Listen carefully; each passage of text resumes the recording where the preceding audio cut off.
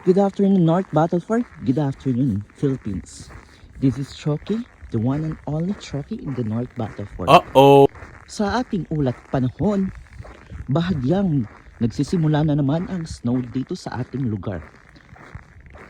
Nakakaranas tayo ng bahagyang pag-snow na may konting hangin.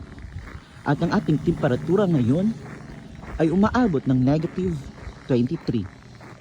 At feels like negative 19. O, di ba?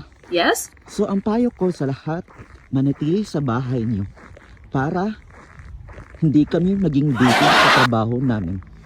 Yun lamang po ang aking ulat panahon. This is Shoki, the one and only in North Battleford na nag-iiwan ng isang katagang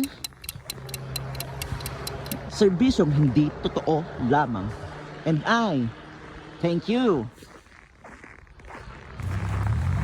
Narito na po ang ating second update for the day. Oh my God. Mag-ingat po sa paglusob dito sa snow. Kung nakikita mo tong ganito, ay aba, madulas yan. Maraming mga tao na nadudulas sa maling paraan. Kaya, stay safe bago ka madulas sa iba.